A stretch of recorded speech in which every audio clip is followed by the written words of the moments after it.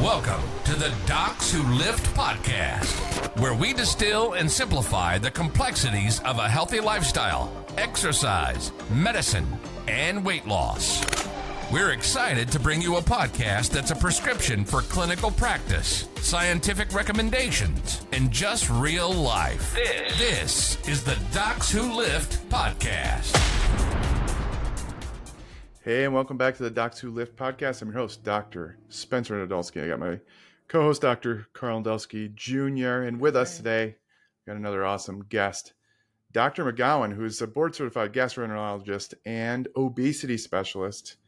And with some of the new procedures coming out that you can do as a GI doctor and some of those studies that have recently come out, we thought it'd be a good time to chat. So welcome, Dr. McGowan. Thank you, Spencer. Thanks, Karl. Appreciate it. Pleasure to be here.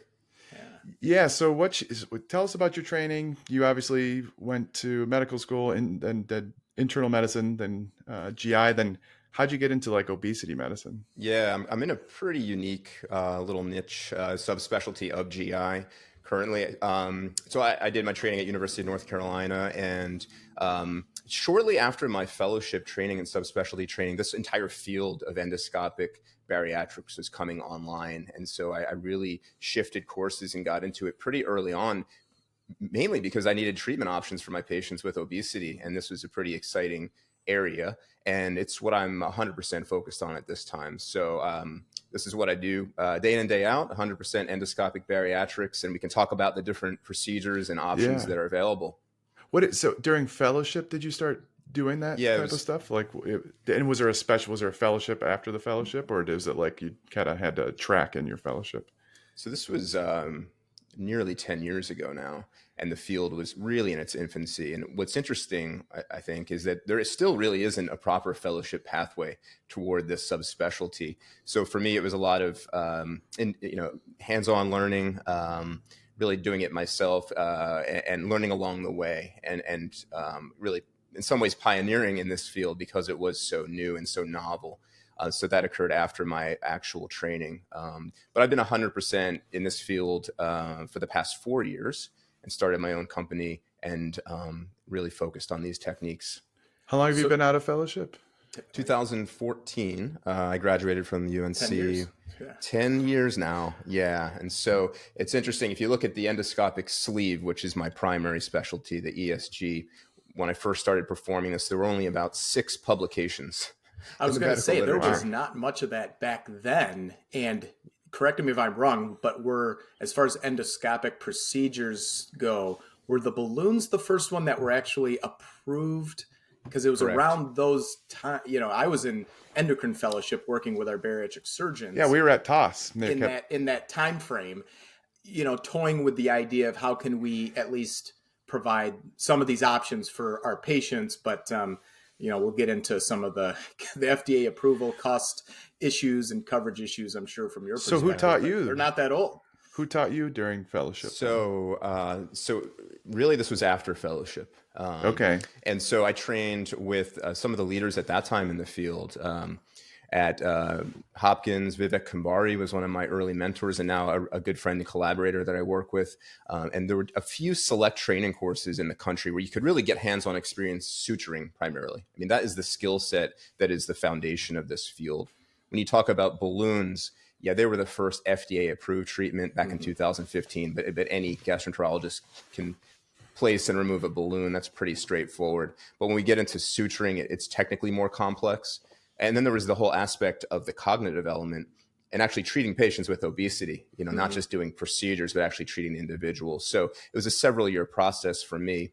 But quickly I realized, one, how effective the procedures could be, and really life-altering for patients, and just how rewarding that is, which is why I shifted my entire GI practice to this. Yeah. So I guess I would want to maybe start with, what were some of the first ones, like the balloons, because I have a feeling, because those weren't we didn't get as excited about those as maybe we had hoped for the results. And of course, they're not permanent, right? Which ultimately, I'm going to take a guess that led you down the path that you're doing, because it's actually, permanent type procedures that result in real beneficial long-term weight reduction. But can you tell people about the evolution of these procedures? I think, we've talked about the surgeries. We've talked, ad nauseum about the medication. So hopefully our listeners kind of understand the disease of obesity. It's easier said than done. We have a variety of treatment options. We often talk about medicines. We've talked about surgeries, gastric sleeve, gastric bypass. But this is like the kind of little bit of that missing piece that people don't know as much about. And so just a little bit of the history. I mean, for the lay people out there, I guess. And it's a pretty long history. So balloons were the first to be FDA approved, and I have a love-hate relationship, mostly hate relationship with balloons to this day. They're a crude tool. There are patients who desire them, who do really well with them, but generally I discourage them. They're just not easy to tolerate, and they have a pretty limited impact generally for patients. But those were FDA approved early on. But what we use for the endoscopic sleeve is a suturing device developed by a company, Apollo Endosurgery, and it was called Overstitch. It's now been bought by Boston Scientific. But that device was actually FDA approved way back in 2008. It was originally developed for defect closure. So the thought was you're removing large polyps, doing dissections in the GI tract, and you need to close those areas endoscopically. It's a great tool to have. So this is a suturing system that can be introduced through the mouth or from below and allow us to close things. But around that time, some physicians said, well, why don't we use this for bariatrics and explore that path? And so the device itself has been around, but the evolution of the techniques using that device took quite a long time. So when I mentioned there were maybe just a few publications when I started, there's now many thousands, and we can touch on some of the more recent ones.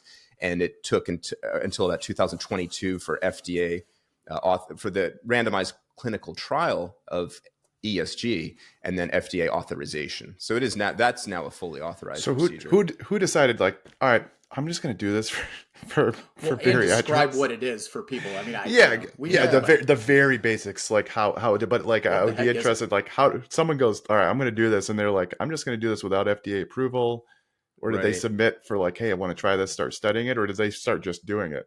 You know what I mean? Well, the device had an FDA indication of tissue approximation, so you can, it's kind of a wide scope that you could apply that to. But there were earlier generations of suturing devices within the GI tract that were not as effective. And the reason is they were not what we call full thickness. So if you're suturing a muscular organ like the stomach, the sutures need to pass full thickness through the entirety of the gastric wall so that they hold. It's a very strong organ. And that's why this device is effective. But the earlier generations of devices weren't able to accomplish that, which is why they failed. So it wasn't a new idea per se, but it was adapting a more effective device. So you stick this. So tell us how it works. Yeah, I'll walk you through it. So basically, our patient's sedated. We insert an endoscope. Most people are familiar with an endoscope if they've had a routine upper endoscopy for evaluation of stomach symptoms, or similar to a colonoscopy. So we guide the scope down into the stomach. Now, on the end of the scope is a small suturing device, basically a needle and thread, which we can control outside of the patient. And so there are no incisions. That's really the big difference when we compare this to any type of surgical procedure. So internally, we are plicating, imbricating, basically folding the stomach and suturing it into a sleeve-like shape. And that leads to a volume reduction of about 70 to 80%. And the patient will then leave that same day. They go home within about an hour. So advantages of this are really short downtime and very low risk. As soon as you eliminate incisions through the abdominal wall or cutting and stapling, the risk goes down. And so we look at an average risk of about 1 in 1,000. It's kind of similar to a colonoscopy in terms of risk level. That's an advantage. And say risk of what? Complications, what most patients are afraid of. You know, when most people think about bariatrics, like perforation, leak, bleeding, infection, bleeding, these types of things. And the shape of it when you do this. So, we've talked about, laparoscopic, meaning the surgeons are, putting holes in their stomachs, right? And then they're cutting half the stomach off, a sleeve gastrectomy, right? Turning it into a banana shape. Right. So we talked in our one surgical podcast with Garth, the difference between what people have heard about as restrictive procedures, people don't do a lot of what what's called really malabsorptive procedures. Even a gastric bypass isn't. But there's also the metabolic aspect to it, right? So that's why metabolic bariatric surgery for those things. But the sleeve gastrectomy and the sleeve gastroplasty that you do are at least similar shapes, right? Right. But describe to people what the difference is. And I know that it's obvious to us, but what is the difference between those two things? They sound very similar and are probably very confusing to people.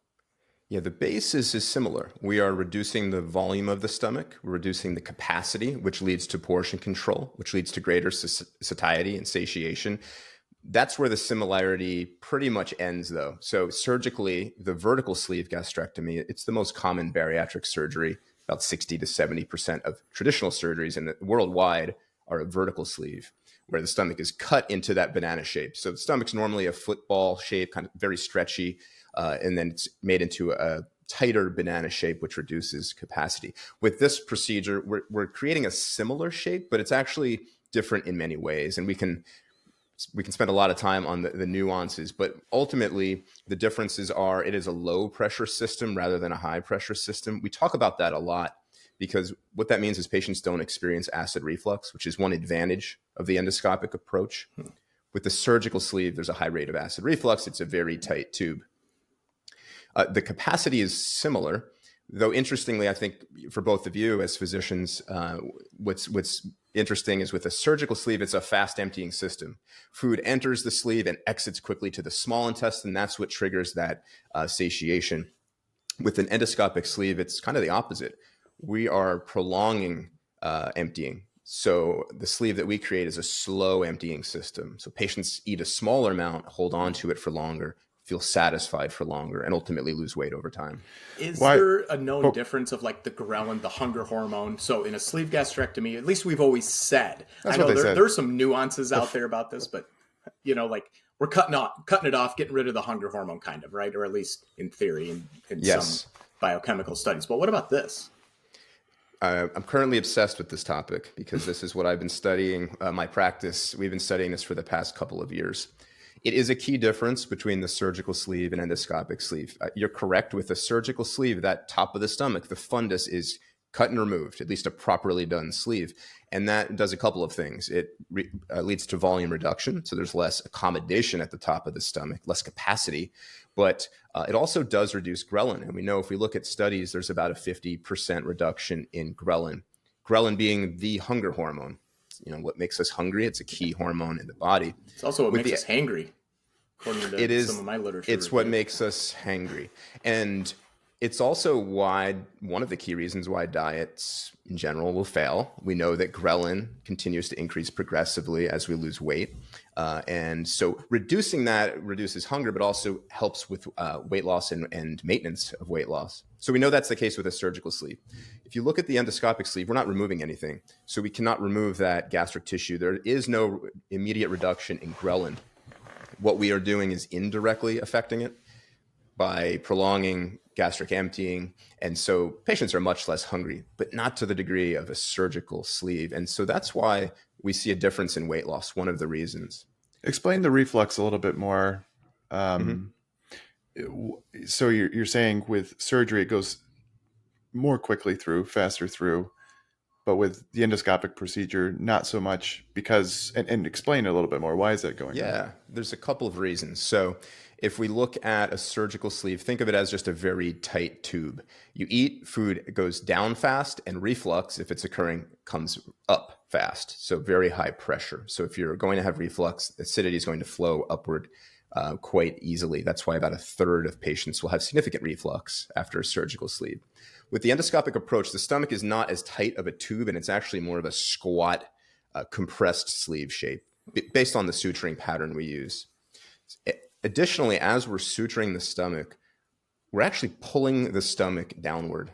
And so that lengthens the esophagus. And so that also reduces acid reflux. So when we're about 30% of surgical sleeve patients will have reflux, it's less than 1% in the endoscopic. We really just don't see it. Can you explain, just for the listeners who aren't physicians, the lower esophageal sphincter, and it just real quick, the food tube and all that, just like very super basic stuff. Yeah. You know all about the food tube, Spencer. I don't even know what that's supposed to mean. Do something. It's definitely something. Well, the food enters the mouth first, then goes down the food tube, which is known as the esophagus, passes through the lower esophageal sphincter, basically like a valve between the esophagus and stomach. Food will then sit in the stomach grinds it up, churns it, mixes it with acid, and then that exits into the small intestine, which is where absorption occurs. With acid reflux, the stomach acidity is basically refluxing up through that valve, that lower esophageal sphincter, into the esophagus, and that's what causes the symptoms of heartburn. That's pretty interesting because that is like the one thing I hear about that I feel like leads more to revision surgeries. Does that sound right? I mean, it seems like it's the gastric sleeve reflux that drives more of the revision surgeries than anything else. I don't know what the data are for that. That just seems to be what I observe. Is that? Yeah, that's accurate. Okay. Yeah, that is the number one long-term adverse event or complication from a surgical sleeve. And the remedy, the treatment is conversion to a gastric bypass, generally, if it's very severe, which, most patients don't want. So a patient who has pre-existing significant acid reflux generally is not a candidate for a surgical sleeve. So with yours, instead of like, I can imagine I'd have to look at a video of how you suture it down. It's pulling it down. It's elongating the tube, just like Casey would be doing. And but like, and then food doesn't have as much of a risk of then refluxing up. And right. But it's because of the sutures. Then can you allow for more expansion? Is that what you're saying too? Like if it needs to?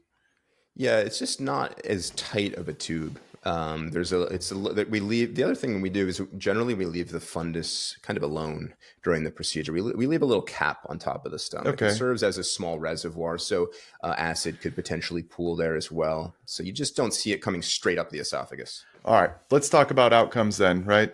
So anything else? Yeah, I guess my question, would be, obviously this is not being covered, right? Is that right? And it's not yet recommended by the American Society of Metabolic and Bariatric Surgery, if I'm not mistaken. That's correct. It's still, I think, I don't know if it happens to be because of cost and stuff like that, but we talk all the time about how much weight reduction correlates as a surrogate to the health benefits we're looking for people, right? So 10% weight reduction is really a pretty good goal. 15% or more is where we start to get the really, really good outcomes. Gastric bypass is, well above, on average, like 25%, somewhere in the line. 25, 30. Gastric sleeve gastrectomy, around 20 plus. 20, 25. This is like, are we talking like 15 from what I'm aware of? I know the meta-analyses. I know the comparative analysis. 15 to 20. Is that about right? You're right. Yeah, I would say, so it depends on the center. It depends on the study you're looking at. But we generally will tell patients somewhere between 17 and 21% of total body weight loss with the endoscopic sleeve. In our practice, average. That's on average. Is there a wide variability there? Kind of like, we do tend to see that in a lot of medicines, maybe less so with some of the more, some of the newer meds, but, we see a little bit of a variable response with other medications. Is there a wide variability, or is everyone kind of close to that mean? Yeah, it is a bell-shaped curve, and the curve is not quite as narrow as, say, a gastric bypass. So there is definitely some spread. There is some range in response. We know in our center, we've published our data on ESG, and we use that 10% as the bare minimum threshold that we'd like our patients to achieve. And we know that 97% of our patients will lose at least 10% of their body weight. The average would be twice that, but that can give you an idea of where the spread is and how that curve looks. So most patients, the vast majority, will lose at least 10%. The average will lose 15 to 25%. And then you have the exceptional patients who lose more than that. But you're right about a surgical sleeve is more 25 to 28% weight loss, and we're sitting closer to 20% or so. Okay. Durability, how long? How long is this over, and then how long does it last? Yeah, so as far as durability, we have less data definitely than traditional bariatrics. We have multiple studies at the 3-year mark. We have some studies at 5 years, and there's one small abstract that was 10-year follow-up. It's probably a bit less durable than traditional bariatric surgery just by the nature of not cutting away stomach tissue. but I would say it's definitely a 3 to 5 year significant impact. But it is, I mean, based upon everything we see so far, pretty durable. I mean, Yeah. compared to the other things that you've had experience with, like balloons, which literally are taken out and not durable, like by definition, right? I mean, that's the downside of a balloon, unless someone wants a purely reversible treatment. But this is a long-term procedure. That's what we tell patients, with the caveat that no procedure is permanent, no weight intervention is permanent, and we really counsel patients on that. What's the post-op follow-up stuff like It will be surgery? Some of that will be program dependent. In our practice, patients follow a pretty traditional bariatric diet progression: liquids for 2 weeks, then some purees, then some soft food. So they have to go through that period of time to allow their stomach to accommodate. And then the foundation of this is nutritional support, lifestyle modification. So our patients are followed monthly by registered dietitians. What we tell our patients is there's the tool and then there's the support. The support and aftercare are probably more important. What are some of the future look like? So, I mean, obviously, like they're looking at all sorts of different procedures for surgery, but are there other ways you could suture some other things? And there are. Do you do any of the endoscopic intestinal, the luminal things that are being studied out there? Yeah, the endobarriers, that try right? to mimic gastric bypass. Although there's been a lot of skepticism with some of that stuff. I'm pretty skeptical. I love the what you do so far when I've seen in the literature, but yeah, we're really just getting started in this field. And so there are a few areas where things will be going. The next frontier, there are two main frontiers. We need to have more of a metabolic impact. So right now, everything is reducing capacity. It's restrictive in nature. And that alone is not enough. That's why we see less weight loss compared to a surgery. So one territory is small bowel interventions. These are in development, including treating the lining of the duodenum for a metabolic impact. So liners, I would say, probably not the future of this field. That is putting basically a plastic tube, a sheet, line the intestine to block absorption. That's kind of a crude intervention. That's still a tool. That's still a device. What we want to do is remodel the intestinal lining. And so there are different ways to do that through heat, through electricity. And when you basically destroy and allow that tissue to regenerate, it's metabolically more healthy. And so it can actually be a treatment for diabetes. So some of these early studies have demonstrated that. Yeah, that's where I've read about it, during, the years in fellowship, seeing the progression of some of those things that were certainly intriguing to endocrinologists, diabetes, et cetera. But still, I don't know. There were just enough things where I was like, I don't know. We'll see, I guess. Well, and they need to be safe. And that's really a priority. Right, exactly. The other area, when I mentioned I'm pretty excited about ghrelin, is what we've been studying in our practice and now a few other centers around the world is ablation, so thermal treatment, basically burning the lining of the gastric fundus to reduce ghrelin. So we studied this. The concept is pretty straightforward. We know that ghrelin cells they live, 90% of them live in the mucosal lining, that innermost lining of the gastric fundus. So endoscopically, it's what we look at every day. We can see it, we can treat it. And so we've been studying this, and we'll be presenting our initial study findings next month at Digestive Diseases Week. And it's quite fascinating what we are able to achieve. And so I think this is another area where we could potentially then combine a restrictive procedure with a procedure that has more of a metabolic impact. And, we hear nonstop about head hunger and food noise and these things that medications really do quell. If we can do that through a procedural intervention, that's another option for maybe a different set of patients. Yeah, that's great. Are you doing a lot of combo therapy, like with medicines at your clinic? We do. Certainly. Yeah, no, we treat many patients with GLP medications, either monotherapy or in combination. A patient who needs to lose more than the average and is undergoing a procedure would do better with combination therapy. But most patients who are coming to us either don't want surgery, most commonly, so they're looking for something less invasive, and these days have tried GLPs, either can't tolerate them, can't afford them, can't obtain them, all the things that you both know about in terms of barriers, and are looking for really a one-time procedural intervention. Well, then that brings us to a little bit of this, cost effectiveness stuff, because that's what, was recently published.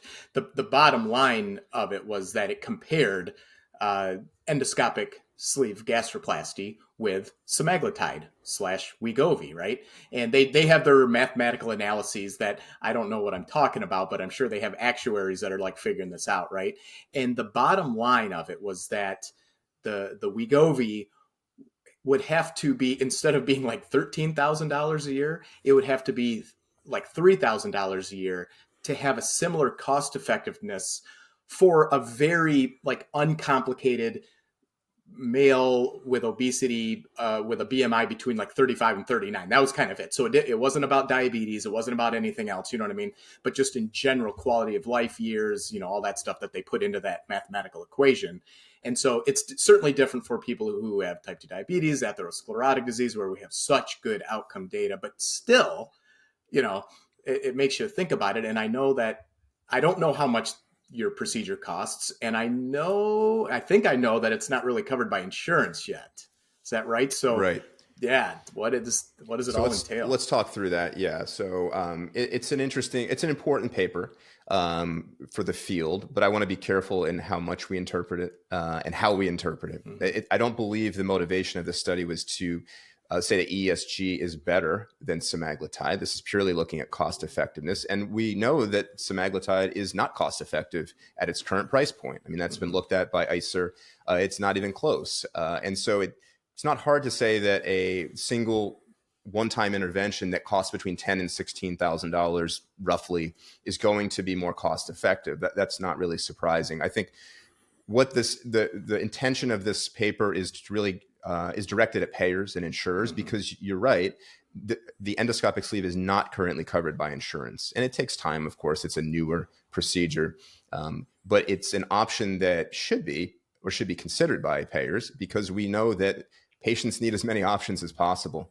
Yeah, it's very surprising to me, I guess, knowing that, this is the leading procedure, right? The other thing, balloons, to me, that thing's... I don't know who's doing that anymore. No, nobody does it. I can't imagine that would be covered. But what this procedure, I don't know why it's not yet. And I don't quite know how that all goes in the procedural surgical world.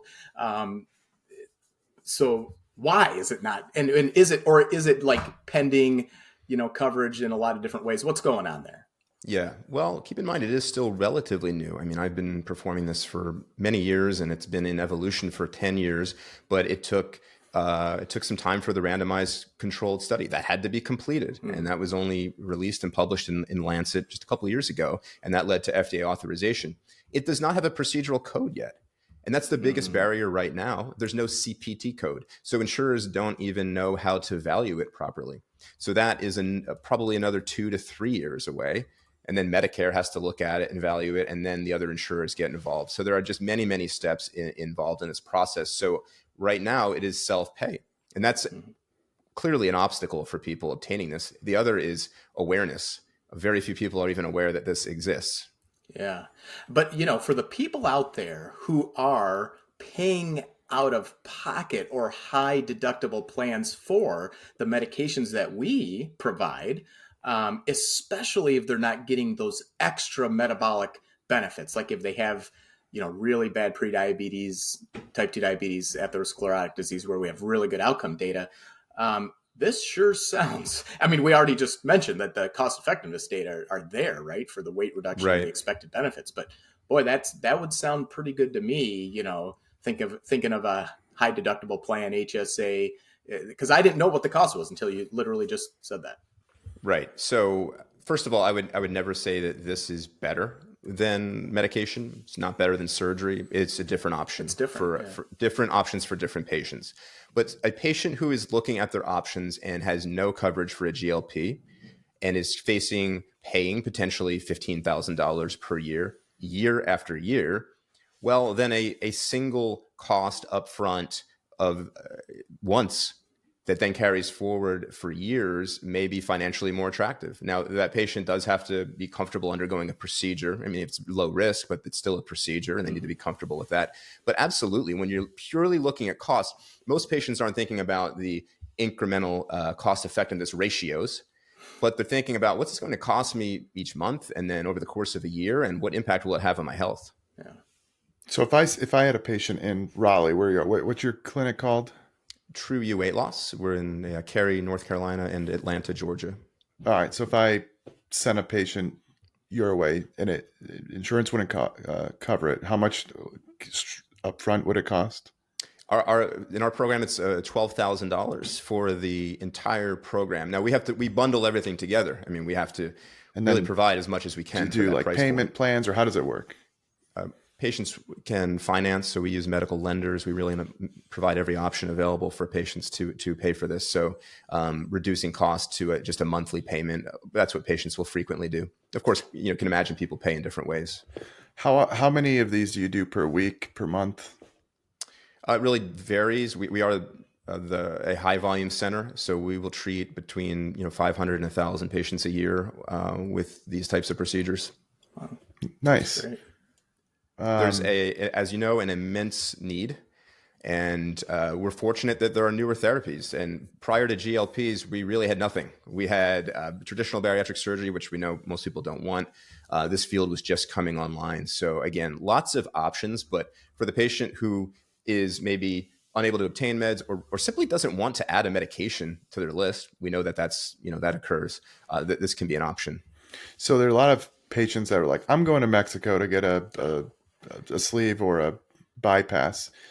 For those listening, there's an FDA approved option for you in the United States. That's actually, I would call it affordable, but maybe right. Not everybody. So it's all relative, right? So how many people out there? So not everyone's going to be able to go see you in North Carolina or your colleagues in Atlanta. Yeah. How many people are doing this? Yeah. Is this relatively accessible? Like I need to look into, what's in my local area. And now Spencer and I kind of live near each other, but I need to figure out who's doing this, because I don't know a lot of people. I would think I would know, but I don't hear a lot of other people doing this. Right. And it's not widely available. And there's a few reasons. We talked about insurance coverage. That's why most patients don't know about it. There's the cost barriers, but there's a technical barrier to this. It is a very technical procedure. It is a very long, very steep learning curve. It takes years to master, and it is 100% dependent on the individual performing it. This is not a stapler that just staples off a sleeve and you're done. I mean, maybe that's a little bit oversimplified, but it really depends on the individual doing it. And an endoscopic sleeve not performed properly is not going to provide much for that patient. And so there are expert centers around the country, but of true expert high volume centers, it's probably only half a dozen. Okay. Wow. So are there places that are going to develop fellowships? Yes. So the paper that you mentioned with the cost effectiveness, Dr. Chris Thompson, who is really one of the true pioneers in the field, he's at Brigham and Women's Hospital in Boston, and they have really the one fellowship in the country, and they train one physician a year. Wow. So it's not like every GI fellowship in the country is churning out experts in this area. Do you do general GI still, or is this all you do? I do not. No, I have shifted 100% to this field. So, I mean, this is just another thing. I mean, obviously, I think there's some med students and residents who are probably listening to this going like, hey, kind of an attractive field. Yeah. Would be like, honestly, I wouldn't be, I hate surgery. But so those who like internal medicine who also want to get into procedures, I think it's known as one of those fields, but it's a nice little compromise. But if you like the obesity world, it's like, hey, I could do internal medicine. Yeah. And, if you don't want to do the endocrine route, like my brother, you could go into this and be a little bit more procedural. I mean, honestly, if my brother went into GI, he would be sewing my elbow to my asshole. So yeah, basically he's saying I would suck at that. Yeah, I would. And honestly, I would be terrible. Yeah, I'd be I guarantee I'd be better. Your than fundus, your fundus would be at your duodenum. I don't even know. Your stomach would be like upside down. It would be like that weird movie. Isn't there a movie like The Centipede or something? Oh God. Oh yeah, that's terrible. Yeah, that's a thought. Yeah, that would be Spencer. But I would do that on purpose. No, it'd be on accident. Well, GI in general just signed off. I'm still here. Yeah, no, GI it's a great field. I mean, well, obviously that's why I chose it, because you get to use your hands. It's procedural, it's cognitive, it's everything. But I think this is even better. Again, I'm highly biased, but once you start treating patients with obesity and treating weight, it's better than anything else. Back in the, when I was just performing treating patients for general GI and treating conditions like Crohn's disease, helping someone get into a remission with inflammatory bowel disease is a big deal, and they appreciate it. But it's not even close to helping someone lose 50 pounds. Yeah. Right. I mean, Especially no one, when they have the complications that suddenly go into remission. I mean, that's that's our world that is very, very, very rewarding. So a multidisciplinary center would have whatever, someone like me, someone like my brother, someone like you, and then a surgeon, right? That's kind ideal. of that would be the ideal situation. Yeah. At a minimum, a center performing these procedures must have a nutrition team, registered dietitians. You really need that foundation and that support. That's really cool. I think it's the future is just wild because it's just like thinking outside the box. Very cool. Anything else you want to share with us that's about this stuff? I mean, I think we covered most of it, but especially a lot the of focus territory. on the gastroplasty. I think. Did you ever do the what's it called? Where it was the where basically it was the bulimic device. The Aspire Assist. So I don't know if did I you should or make anybody this, else but actually I ever do that? Sure did. Yeah. So that was 2016. That was FDA approved. The stomach pump. It had other names, but the Aspire Assist was the device. Do we really want to talk about this? Not really. No. Just the thing it's is, a fascinating device. It actually worked. It worked. Yeah. So I treated about 25 patients with that device, and some I literally just removed months ago. They had it for 4 or 5 years. So this is a basically reverse feeding tube that was inserted endoscopically through the stomach and would allow patients to remove food from their stomachs after eating. It sounds terrible, but it actually gave patients control over eating. And for those who didn't want a gastric bypass, allowed them to, it's a way to, reduce caloric load, I suppose, but some did really well. It didn't catch on, as you could imagine. Yeah. I mean, I think it's more of a principle, like a philosophical issue, but I was always surprised, like, wow, the data are actually, they're pretty good. I mean, people had good weight reduction, especially compared to some of the other. Because the worry would be like disordered type of. Well, it was never actions. shown in the studies, and I never saw it firsthand. And truthfully, patients who committed to the process really did exceptionally well. The problem is you'd have to spend like 30 minutes after every meal pumping. It really is. I mean, it sounds horrible, but it really was kind of a bulimic device, basically. I mean, somewhat, but look, some things will come and go, right? Yeah. I mean, the evidence was there, but that wasn't really ready for clinical adoption on a widespread scale. But there's so much future here and potential. And when we're looking at, hundreds of millions of adults who need assistance, the more tools, the better. Yeah, yes, I agree with that. Great. Really, really intriguing, really exciting, I think. Yeah, thanks for coming out. We'll have to have you again. Oh, and tell everybody. So, like, if anybody's like, "Hey, I got patients. I want to go see Dr. McGowan," how do they get absolutely. it? How do they get you? So you can reach me at trueyouweightloss.com. Certainly patients who are interested, physicians who are interested in, or med students or anyone else interested in learning about this area. We love to welcome trainees and physicians to come and observe and learn. And that's a lot of fun. So, that's how you can reach us, trueyouweightloss.com. Very cool. Awesome. Love it. Here's our outro. Thanks. This podcast is for entertainment and education and information purposes only. Remember, the physicians on this podcast are not your physician. It should not be considered professional or personalized medical advice. It should not be used to replace speaking with your physician or medical professional to discuss your specific health concerns. The topics discussed should not be used solely to diagnose or treat any condition. As a result, we are not responsible for any unwanted medical outcomes. The views and opinions discussed are of those of the host only and do not represent those of any other entities.